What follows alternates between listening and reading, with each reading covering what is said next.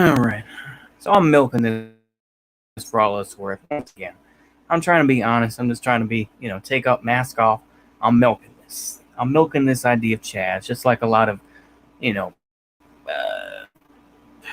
I was gonna say right leaning, but I'm not necessarily right leaning. I'm kind of, but just the contradictory type, and the one that just kind of the person that likes to be the party pooper. I guess we'll put it that way. People like, we see the MLs and everything else. Haha, you silly anarchist! How dare you? But let me give my thoughts on CHAZ. I'll give you my thoughts. So the thing is that the first thing is there is no unity. At least in my opinion, there is absolutely no unity in that whole thing. It was a lot of different groups mixed up who said, "Hey, they gave up this, the East Precinct. We got to go in there." So ultimately, this is kind of like a, one thing continuing on where the rest of the party has, it's like there's that one guy who's still going. It's like, we're still partying, right, bro? And that's kind of what CHAZ represents. All the issues had already come about. The fires had already happened in Minneapolis. They had already had, stuff had happened in Dallas and Austin and Houston. I want to say that. Maybe I'm wrong. Correct my boomerness. But a lot of stuff had already happened. And it had already kind of dissipated and burned itself out. But the protests in Seattle continue. And they still kind of continue. Even the stuff in Portland continues. But, Portland is just, right now is one of those places where it's just like, well, they're going to protest regardless. That's kind of the nature of the beast as it is right now. Anyway. They didn't really have clear ideas. There's a lot of, there's a lot of people that said there was a lot of partying. There's a lot of, just people recording their live streams and everything else.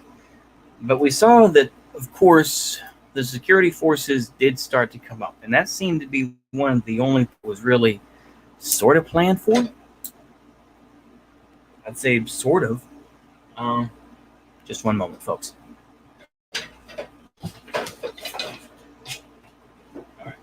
My cat is wild and she likes to dig. She'll just get her paw in there and start digging for stuff, where I'm trying to hide it so that she doesn't knock it on the ground or try to scratch it up. Anyway, that's a whole different story. But basically, the only thing that was organized, at least in my view, at least from my very ignorant view and from what I saw from live streams and everything else, is that they had security forces. And they had those, and I say security forces very loosely. I mean, I think that's what the Air Force calls their stuff. I mean, military police, that's what the Army calls it. SPs, I think, for the Navy, or shore patrol. Yeah. But I think it's anyway. I think it's only the Air Force that calls security force. But anyway, they had that down just to keep the cops out. Of course, ultimately, they said, well, we're protecting the poor, this and that, of course. And, of course, we saw the other video, of course, that was very meme-worthy, where they were like, well, if you're, this native guy, I don't know which tribe, like I said, I assumed he was like Swinomish, but there are a lot of other tribes in Washington State. Where he was like, if you're a white person, you have to give $10 to the, to a POC person. If you're not, then you're not part of this. You're not a brother of mine, or whatever the case may be. And of course, then there was a nude guy who went through, and that was LARP. The pastor, that was LARP as well. That was just people who wanted their attention. Yeah. But there were various fights that were going on.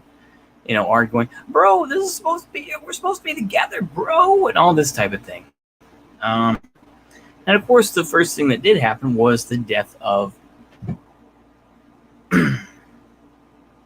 Lorenzo Anderson.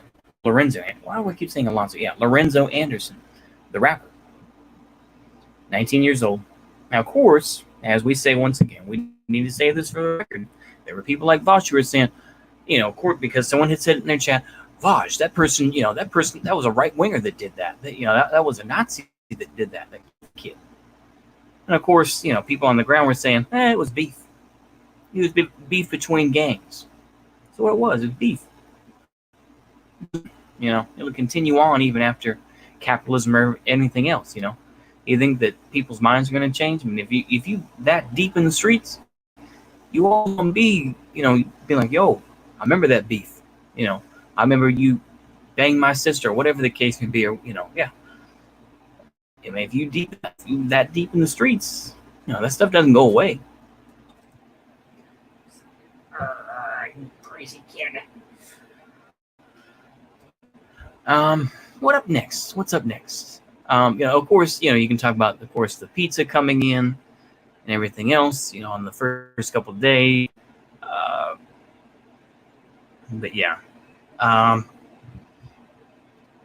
the resident. I mean, there was a double. There was kind of the dialectic between the contradictions that existed between what the protesters were saying and between what the people were saying and the business owners in Capitol Hill were saying. Like I say, this is my kind of take on it. An exact history. There are people like Memeology, who I'm sure we have already done plenty of videos on that. Of course, Anderson Park, they have the whole, this garden is for POC only or African people only. And all the gardening, that was a meme as well. But yeah. Then, of course, I'm just going to skip to the end here because I'm going to try to keep this short, is the shooting of the two kids. Now, there's a lot of stuff used and a lot of mistaken ideas and setting up of narratives, particularly when they said, oh, yeah, well, they were hauling out of the park, doing donuts, this and that through Anderson Park, and they had a gun. What's going on, Joseph? What's going on? I'm just kind of giving my brief thoughts on CHAZ. I'm putting down kind of the highlights of it, and then I'm going to give my spicy takes at the end. Not really spicy. They're kind of lukewarm. But anyway, I don't think anyone in the CHAZ took it seriously. No, I mean, there are people who are going to write about it and who have already wrote about it. They're trying to say, make it look more heroic than it actually is. But, you know what I'm saying? Yeah, I'd have to agree with you. Anyway. So of course, the thing that really broke the camel's back in a lot of ways, at least in the people's eyes, because there's Mayor Durkin's view that said, well, it's just Fox News. It's these reactionary ideas, and Fox News ruined the image of it. It's not as violent. CHAZ isn't a warlord and all that thing. Yeah, it's a pretty big lark, very much. But basically, let me get back to the chase. I will come back to the idea of Mayor Durkin and what Kawashima Sawant are talking about. Of course, Kawashima Sawant was the one that was involved in getting unionization for Amazon, building a supply for, I think, doing a headquarters, maybe not. Anyway, I'll cut to the chase. Okay, so two kids, it turns out this is a true story. Two kids, I think it was 14 and 16, both, I'll use the proper language here, POC, were running through the park, this and that. Allegedly, this is the idea. And they're driving, they basically said, hey, you can't come in here, this and that. They warned him, they gave him warnings, and then they started shooting. And there's audio now that says, that they basically went up and they said, I can't remember the words offhand, but it's just like basically, hey, we kill you. We're going to kill you, kid. Right? No, they didn't really say that. I'm trying to be very specific here, but basically it made it seem like they purposely executed that kid, the 16-year-old. The 14-year-old, as far as I know, is still in the hospital. I'm not sure about the details. I should probably look it up. Let me see. But anyway, that was the camel's back. The thing that broke the camel's back. Second death, the what is this? The other incident, and of course, I'm leaving out the detail, of course, as well. Is that people were very, the first incident, the ambulance came in. Paramedics were going to come in, but they said we're not going in without cops. And of course, no cops. This is something that has continually hurt Antifa and hurt a lot of these left-wing groups. They're like, no cops, no cops. This hatred of cops is an Achilles heel. It's the same thing with Antifa. In New York, when they're talking about the Proud Boys, those two Proud Boys, they still got 10 years, I believe, but they're like, well, we didn't talk to the cops. And of course, the thing is that you post their information on Facebook, and the information that they got off Facebook, they used to convict those two Proud Boys who are now in jail. But that's a whole different story. I'm just saying that is an example of, we don't deal with cops. They might as well have stop snitching shirts. Remember that was a pretty big fad with Cameron the rapper. Y'all kind of remember that when he was interviewed, I think he's like, if someone was dealing drugs, I wouldn't talk to the cops. Sorry about that. I wouldn't talk to the cops, this and that. So anyway, I'm getting off topic. So anyway, first shooting, they're like, fuck you, we're not letting the cops in. Rah, rah, rah, rah. And of course, that was a big issue. And of course, there's all sorts of back and forth stuff that went on with that. Second shooting, they killed the first kid, but they took the other one immediately to the hospital. There's no ambulance as far as we know. This is my preliminary. And the kid was just taken to the hospital. And as far as I know, he's recovering. Now, the thing is that we have the differences that Mayor Durkin has done nothing about this. Until now, there's going to be all sorts of subterfuge. I'm sure that Mayor Durkin will come out with a book that says, I never did that type of thing. I supported the protests or this and that. Who knows? I never supported it. She'll find a way to sneak her way out. She'll find a way to write a book or make another speech or something like that. Who knows? But anyway, they came to her mansion, which was apparently just renovated. I think they were putting in an addition onto the mansion.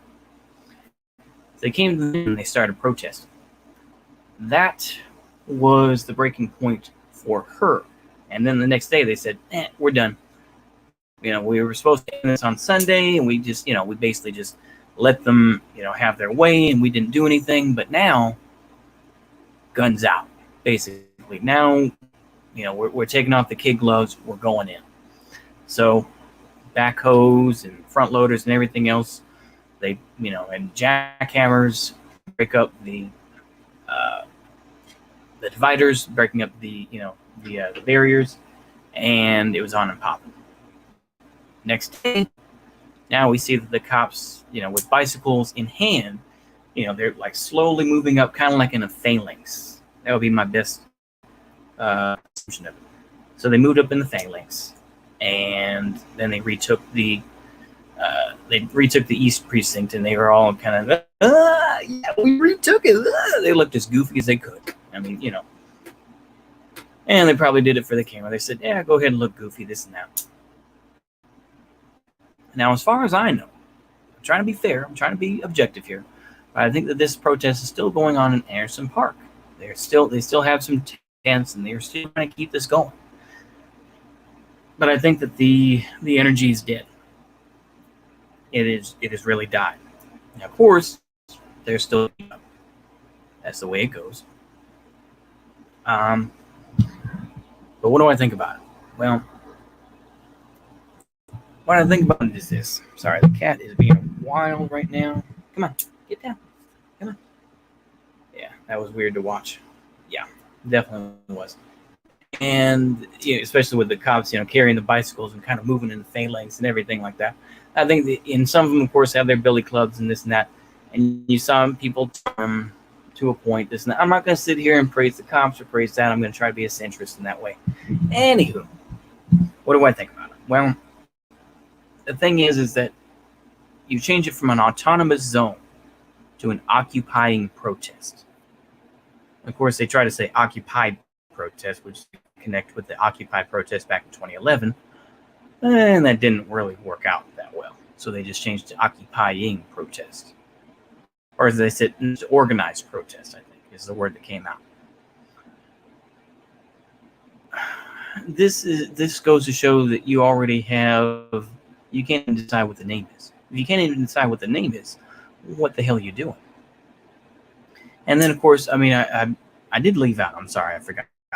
The whole thing with that Laura Sarasok, or whatever the thing is, who said that she was leader of CHOP, who was a HOI, she was a Hearts Iron 4 mod who helped to create a balkanized U.S. Mod, I think. It's just, it's those things, absolute LARPer. I vaguely remember this person before. And like I said, one of the funniest things, of course, is that they found out that her dad was a poll user. Yeah, POL. Yeah, we're talking about, 4chan, poll. Politically incorrect. That he was on poll and doxed her. Showed pictures of, oh my goodness. Yeah, it was, bruh, it was bad. And we just, those of us who are on Twitter who saw it like, this is bad. And of course, that person had said they were going to kill themselves because they had been abusive or something like that. Who knows? But yeah, it made a lot of embarrassing moments in that. And, overall protests, was supposed to be about, George Floyd's murder and, cutting the budget by 50%, giving that money to black communities. And I forget the third thing, but it's like, yeah, way too many characters to keep up with. Yeah, exactly. I mean, it's like studying about World War II and studying about, the Nazi hierarchy. There's so many people you could talk about. You can't just focus on Himmler or Göring. There are people, there's people like, Heimar Schlacht and, Goebbels, and so many different people you can spend your whole life talking about it, maybe. But with this, there are so many different people and so many different movements. It's just a mess. The thing is that what were they realistically going to do? Instead of the 50% that they got, or what they wanted, excuse me, they wish they got 50% cut in the SPD budget. They got 5%. 5% was cut. They're still going to try to do that, but it's like they don't have the police station anymore. They have lost their leverage. What they're going to do? They're going to try to They're going to try to take the West Precinct now, or something like that. They've talked about that, but the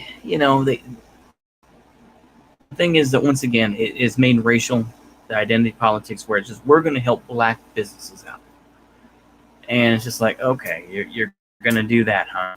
And it goes to show once again that we need to be very careful with these folks over here. We can't be too nice to them. And even me I'm trying to be understanding here. I'm trying not to just go full on just, well, they're just idiots. I'm trying to really understand it. But it's just, people still think that BLM is still legitimate. And I don't understand it. I really don't understand it, because like, even past the whole, it was created by 3 women. One of whom I guess is non-binary. So I don't even know the fake law, but it's like, even now, it's like people like D. Ray McKesson. He's a writer with GQ. You don't get to just, not anyone can just go write for GQ magazine. And I continue to bring this up. People say, oh, it's a straw man, this and that, but it's very important to say, how did this person get in? You don't see Jason Kessler writing for Jet Magazine. You don't see that, do you? No. Jason Kessler's been ruined. And I know, once again, this is one step back to the narrative. The narrative that we're going to use kid gloves with the anarchists because they are fighting for equality and fighting for something good versus the other folks. Like I said, once again, I have residual Wignatism, so you'll have to excuse me. But once again, this is the narrative that helps create this contradiction, that one side is treated this way versus another side. These people are protected over these people. it's something to think about.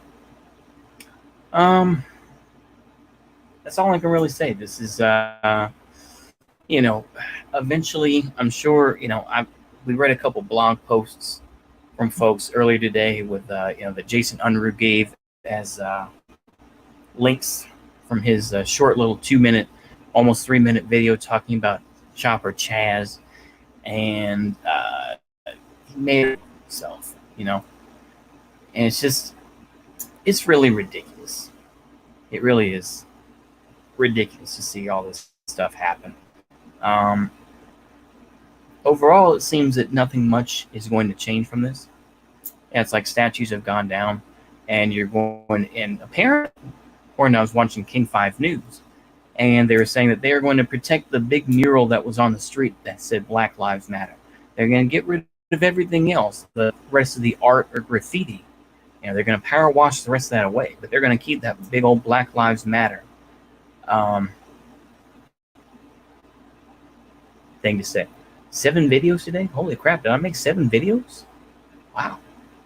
See, I don't even keep up. I'm just, like I say, I just pump these out. I give my BS takes on it, just for content. But I will eventually run out of the free time for StreamYard, so I'll probably end up just uploading regular videos. I'll have to put music behind it and everything else. But anyway, holy crap. I didn't even realize I made 7 videos today. Wow. Oh yeah, but some of those were the meme videos, though. Once again, I have become. Got all the. It's July 2nd, and they're already they're shooting off fireworks. Oh man, my mom's probably got the TV on, trying to keep the dog happy. Anyway, but hey, I did put out a lot of content, don't I?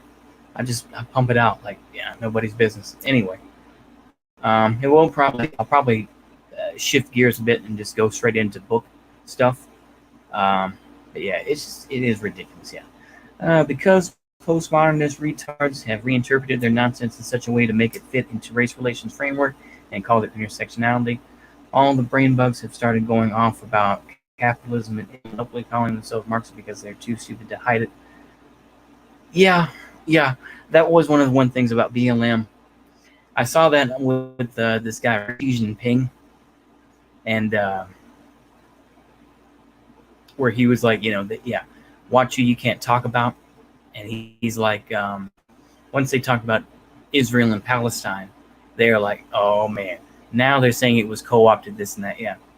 Genius INT post from earlier. Oh, okay.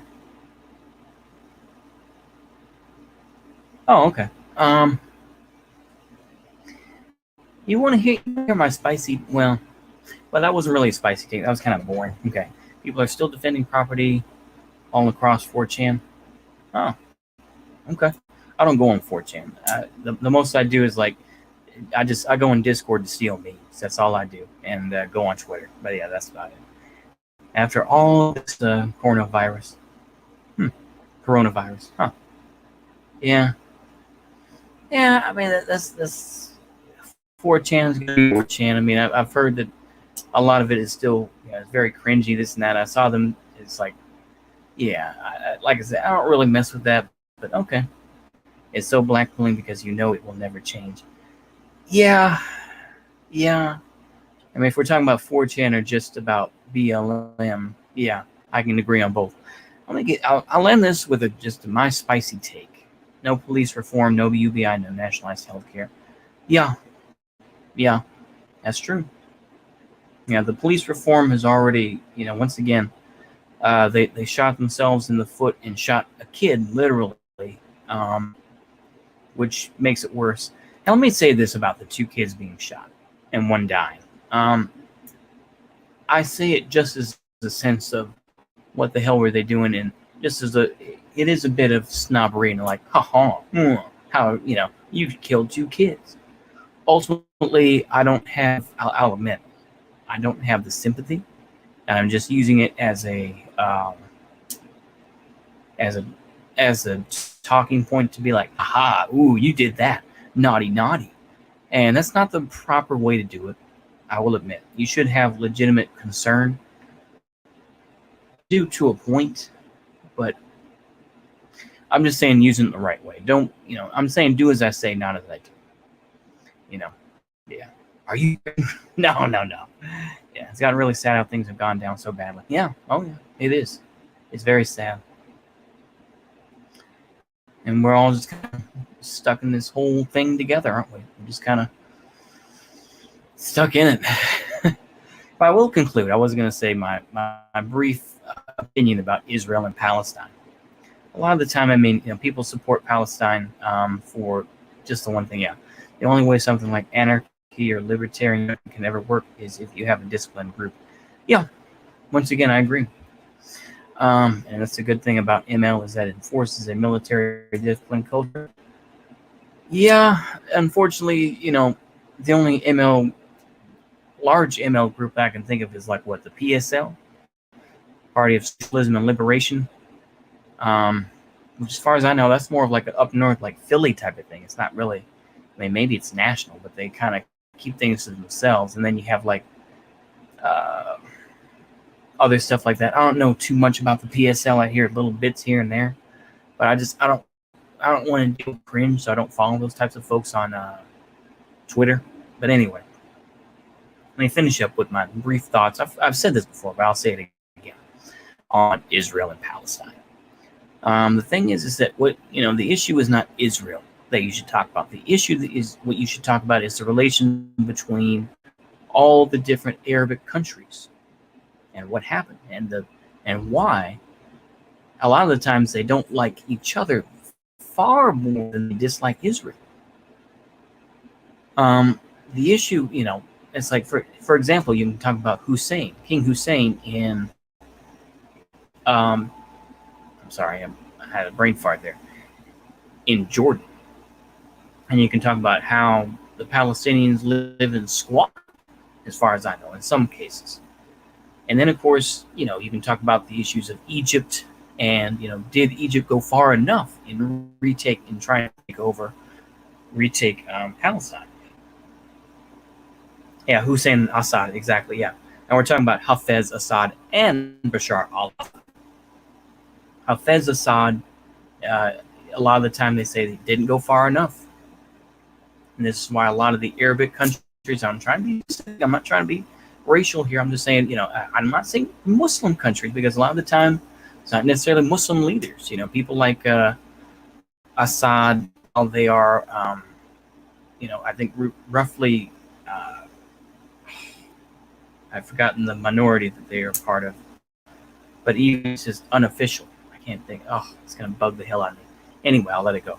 But yeah, Hafez Assad, it was said, I think in the 1967 war, that he killed generals, because ultimately they say he didn't want to piss off Israel, and that a lot of issues with Hafez Assad, and there's a lot of things that you talk about with Bashar al-Assad.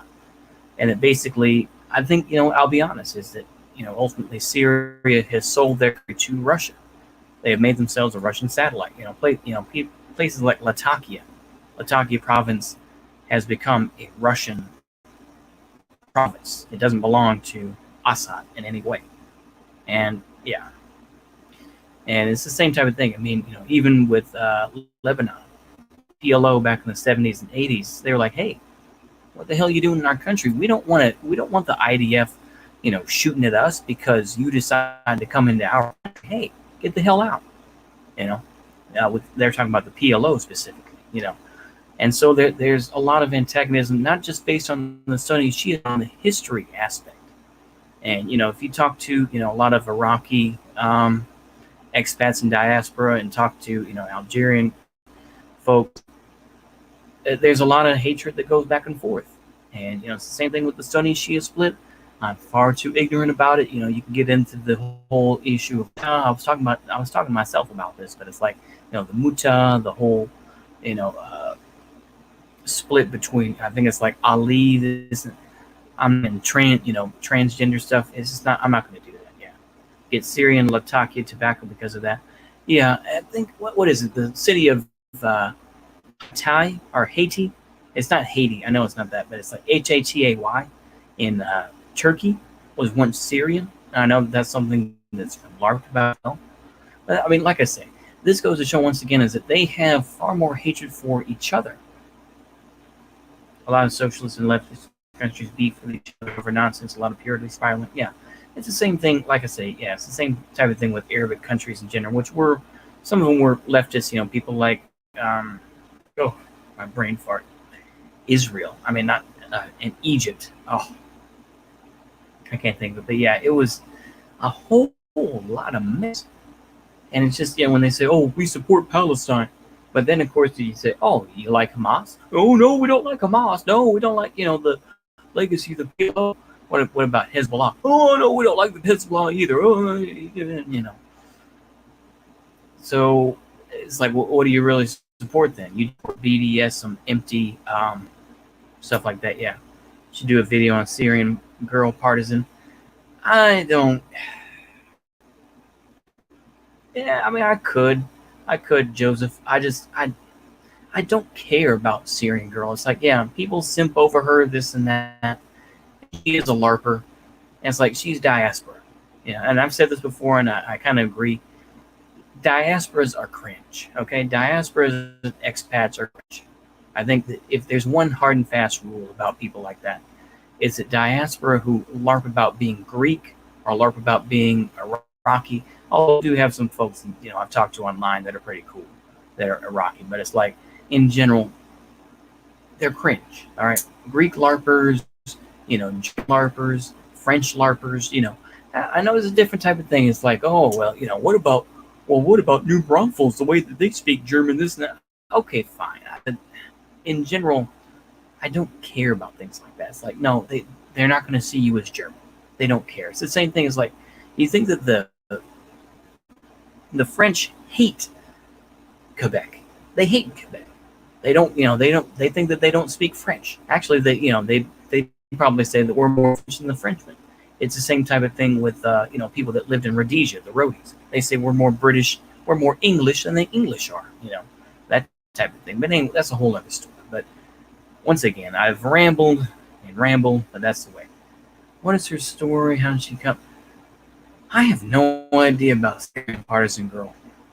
I have no idea. And once again, I don't care. It's like, okay, yeah, you're Syrian, you got some knockers. So what, honey? I don't care.